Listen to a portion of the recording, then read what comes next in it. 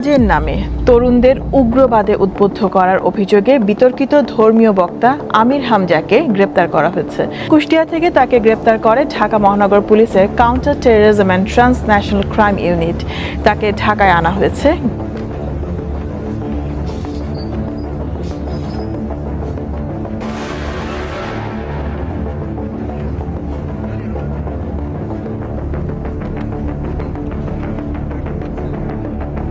সংসদ সদস্য মুফতি আমির হামজার বিরুদ্ধে আমি বাদী হয়ে মানহানির মামলা করেছিলাম।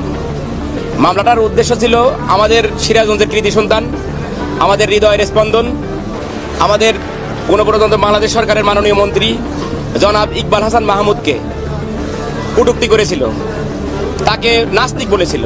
বিদ্যুৎ প্রতিমন্ত্রী যে লোকটা ইকবাল হাসান মাহমুদ টুকু একটা নাস্তিক এবং ইসলাম বিদ্বেষী, আপাতমস্তক ইসলাম বিদ্বেষী। বরং সংসদ সদস্য রুমিন ফারহানা এবং প্রতিমন্ত্রী ফারজানা শারমিনকে নিয়ে বডি শেমিংমূলক মন্তব্য করার অভিযোগ উঠেছে তার বিরুদ্ধে।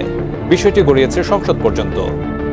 মাত্র এক মাস আগে জাতীয় সংসদে দাঁড়িয়ে তীব্র ক্ষোভ প্রকাশ করেছিলেন ব্যারিস্টার রুমিন ফারহান। তার অভিযোগ ছিল একটি ওয়াজ মাহফিলে মাওলানা আমির হামজা তাকে নিয়ে কটূক্তি করেছেন, ব্যবহার করেছেন অশ্লীল ও আপত্তিকর ভাষা। সেই সময় তিনি মাননীয় স্পিকারের কাছে প্রশ্ন তোলেন, একজন নির্বাচিত নারী সংসদ সদস্যকে যদি এইভাবে প্রকাশ্যে অপমান করা হয় তাহলে তার বিচার কোথায়? মাননীয় স্পিকার, আমি আপনার দৃষ্টিতে আরেকটি খবর আনতে চাই। আজকে ডেইলি স্টারে এই খবর প্রকাশিত হয়েছে, এই সংসদে উপস্থিত আমি এবং আমার আরো দুজন নারী সহকর্মীর বিরুদ্ধে এই সংসদে উপস্থিত আরেকজন সংসদ সদস্য যে কদাকার কুৎসিত ভাষায় মানে ওয়াজ মাহফিল করেছে, যে কুৎসিত ভাষায় তারা বক্তব্য দিয়েছে, আমি আপনার কাছে এই ব্যাপারে বিচার চাইছি। মাননীয় স্পিকার, আপনি বিষয়টি সংসদে দৃষ্টি আকর্ষণ করছি, আপনি বিষয়টিকে দেখবেন। ধন্যবাদ মাননীয় স্পিকার। এই বক্তব্য তখন সংসদ জুড়ে ব্যাপক আলোড়ন সৃষ্টি করেছে। কুরুচিপূর্ণ ভাষা এবং অপমান কখনোই গ্রহণযোগ্য হতে পারে না। তিনি স্পষ্টভাবে বিচার দাবি করেছেন এবং জানিয়েছেন এই ধরনের আচরণের বিরুদ্ধে রাষ্ট্রকে কঠোর অবস্থান হতে হবে। একদল আইনজীবী রুমিন ফারহানার পক্ষে দাঁড়িয়েছেন। তারা জানিয়েছেন, 2 এপ্রিল মাননীয় আদালত তাকে হাজির হওয়ার জন্য সমনের আদেশ দেন এবং সমনের তারিখ আজকে ছিল। উনি হাজির হন নাই। মাননীয় আদালত আমাকে প্রশ্ন করলেন, যেহেতু সংসদ চলতেছে এই মুহূর্তে ওয়ারেন্ট দেওয়া ঠিক হবে কিনা।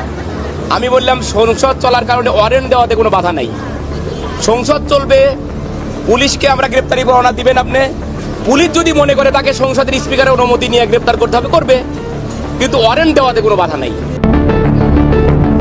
মাওলানা আমির হামজা ওয়াজ মাহফিলে কটূক্তি করেন শুধু রুমিন ফারহানাকে ছোট করেননি, গোটা বাংলাদেশের নারী জাতি এবং মা জাতিকে কটূক্তি করে কথা বলেছেন। তিনি এটার তীব্র নিন্দা জানিয়েছেন এবং সংসদে এটার তীব্র ক্ষোভও জানিয়েছেন ব্যারিস্টার রুমিন ফারহানা। তার পক্ষে আইনজীবীরা বলেন, আমির হামজাকে গ্রেফতার করতে হবে। ওনার বিরুদ্ধে মামলা করেছি এবং উনি যদি সংসদ সদস্য সংসদ চলাকালীন অবস্থায় গ্রেপ্তার করতে হয়, পুলিশ স্পিকারের পারমিশন নেবে। যেহেতু আদালতের গ্রেপ্তারি পরোয়ানা, এখানে অবশ্যই স্পিকার, মাননীয় স্পিকার পারমিশন দেবে। রাশমিকা মান্দানা নাম শুনেছেন? চেয়ার আর কাটিং এ এখন পৃথিবীতে 1 নম্বরে আছে। এই মহিলার দিকে একটু আল্লাহর নাম নিয়ে তাকাবেন। পাবনা থেকে পলাতক এই কুখ্যাত বন মানুষ আমির হামজা, উনি মানে ওনার কাছে শুধুমাত্র ওনার ফ্যামিলি মেম্বার আপনার ধরতে পারেন মা, বাবা, বোন, ফুফু, শাশুড়ি, খালা, মানে ইত্যাদি ইত্যাদি, যে এই যে রিলেশনগুলো আপনার যারা নাকি ফ্যামিলির সাথে কানেক্টেড, শুধু তারাই তার কাছে সেফ। আদার্স বাংলাদেশের সকল মা বোনেরা তাদের কাছে এমনই, মানে নিকৃষ্ট।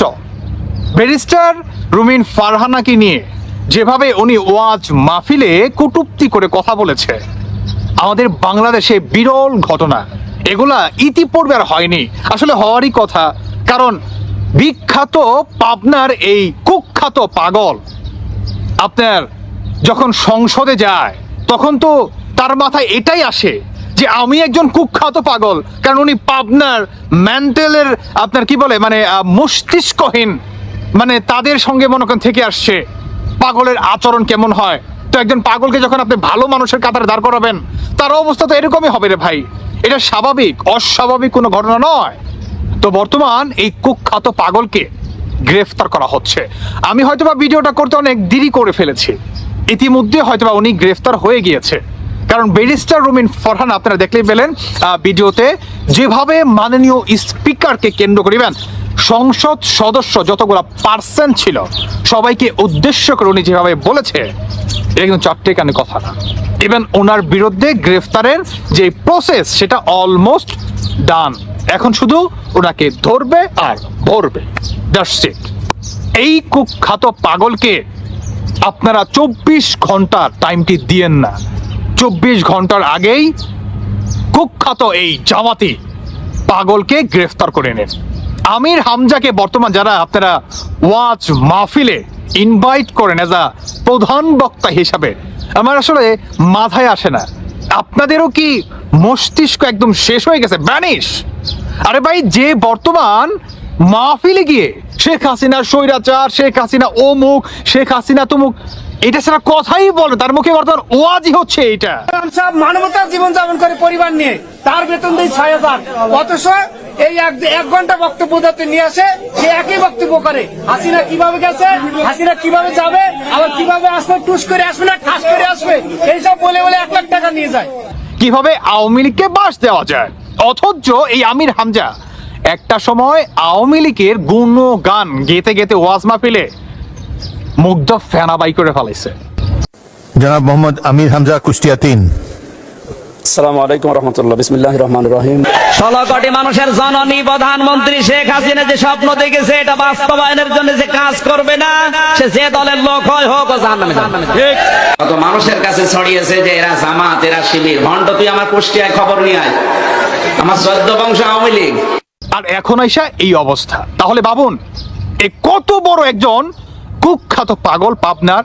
যদি পাবনার কোনো পাগলের আপনার লিস্ট করা হয়, বা ধরেন বাংলাদেশের ভিতরে কোনো পাগলের লিস্ট করা হয়, আমার মনে হয় সেই লিজে 1 নাম্বার স্থানে থাকবে আমির হামজা নামে কুখ্যাত এই পাবনার পাগল।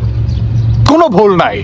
কাজেই বিনম্রভাবে অনুরোধ জানাচ্ছি, কুখ্যাত এই পাবনার পাগলকে তার সঠিক যে স্থানটি সেটি দেওয়া হোক।